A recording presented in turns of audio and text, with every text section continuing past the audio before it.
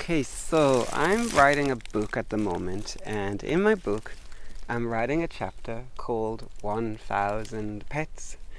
Because I had this kind of hobby where I was raising pets in my home, temporary adopted pets that I rescued from development areas, and I allowed them to live and grow in my home.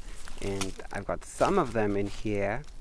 These ones are mainly a kind of cockroach that live in these forests. And I chose this part of the forest because there's lots of foliage here, and the soil feels just a little bit cool and slightly moist. And there's rain coming in the next 2 days, which is good. And it's right in the forest, and not a trail that's used these days by most people. I think it's kind of an abandoned trail. And so it's just the perfect spot. So I'm going to open this and see. I don't remember exactly how many I have, but there are quite a lot of nymphs. There's a little one just there. It's going to go make its way into the forest. And that one's free. That's all I need to do. Let it go. I've got some adults. So I didn't have any adults originally. I kept them as nymphs. And they grew, as you can just see there, those ones. The bigger ones, they're the adults. And, well, actually I got some banana peel, which I just used to let them sort of feed. They like the sweet fiber of the banana peel. They can nibble on that while I was just keeping them in there, so I'll take that with me. But as you can see, there are quite a few. I also got a couple of earwigs in there, so I'm gonna let them go. And this is my first of many that I'll be letting go in the forest. And they already live in this forest, so this is not like I'm introducing an invasive species. They already live in these places, and what they'll do is they'll find their way under the foliage. They can feed along this. They can find rotten wood. They can work their way into the soil. These basically are wonderful creatures that keep the forest going. They do a lot of good work.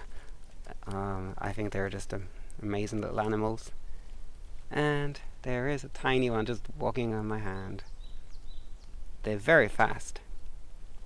Okay, there's this earwig. I wonder if this one's a female. Let's see if I can catch her. No, she got away. That's okay. She looked female. Her abdomen was quite big, which is usually a sign that she might have eggs. And this one here on my hand, that is the adult cockroach. They get a very bad reputation, but I don't think they're bad creatures.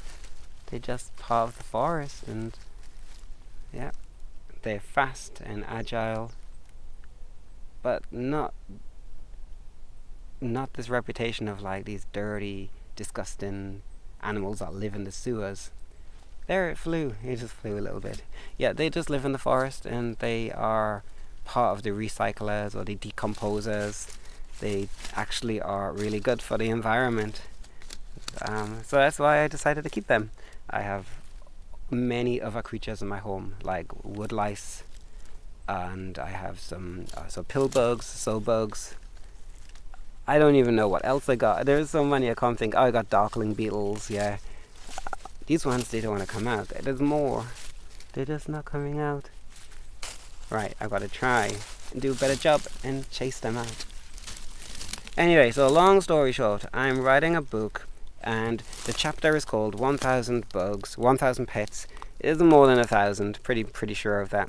And actually, I had a really good idea to teach my students about something like a simple leaf that falls from a tree. And this leaf, which is locked with nutrition, for example, nitrogen that they can feed on. There's other nutrition, I don't know. I'm not a scientist, so I'm only learning. I'm a beginner in that regards. But anyway, they will help break this down, this leaf. There's the fungus, bacteria, small microorganisms, they all work together and breaking down this into soil. It becomes part of the soil. I'm really simplifying it, I know, but they are a part of the process. And so that's why I think these creatures are wonderful, because in a way, oh, where is it gone? The trees actually need these creatures because they do a lot of work, and that means we need these creatures because, like, we breathe the oxygen that trees give us. So it's all connected, and so that's why I'm happy to help them. Anyway, I think that is almost all of them gone. Yeah, that's a good work. Oh, look, there's a little earwig. Where's it going? He wants to go back. Okay. Yeah, so anyway, I'm making a story for my children at school about the whole process of a simple leaf falling from one of these trees, coming to the forest floor, and then eventually that leaf is broken down, becomes soil, becomes nutrition for the tree, goes back to the tree, it's recycled again. And I think that is so awesome. And I made this really fun story to share with my 3rd grade students. I'm very excited to share that story, and I'm using GPT images because I can't draw, and I just literally don't have the time. My schedule is so tight. And yeah, I've got this really good story, and I'm very excited to teach it. And it was all inspired by the forest, like this place here, and the bugs, all those bugs that I've been keeping, because I don't know, it just made me think, like, I got to see the forest on a daily basis, but not just like the whole forest. I got to see like this part of the forest, the ground, all the creatures that live on in the ground, and how they live, what they do. That was just really kind of interesting. And I guess the 1,000 Pets story is just my way of learning.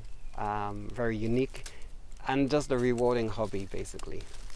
Anyway, I should stop here, and I think I might just mosey on up to one of the peaks because it's a nice day. It's beautiful weather. It's hard to tell, but the air quality is not so good though. But I mean, it's blue skies, 20 degrees, it's the end of March. Perfect. And do I have any more? Let's just really quickly wrap it up. Yes, there's some little creatures in here that don't want to get out, so I have to finish off, let them go, and then I'm going to move on. Okay, well, that was my little small talk today. Very, maybe not exciting, but anyway, it's fun for me.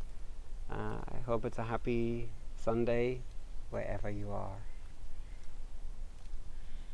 Oh, I can just hear, maybe in that direction, the Eurasian jay. Wonderful, beautiful birds. Might find them along the way. Okay, until next time.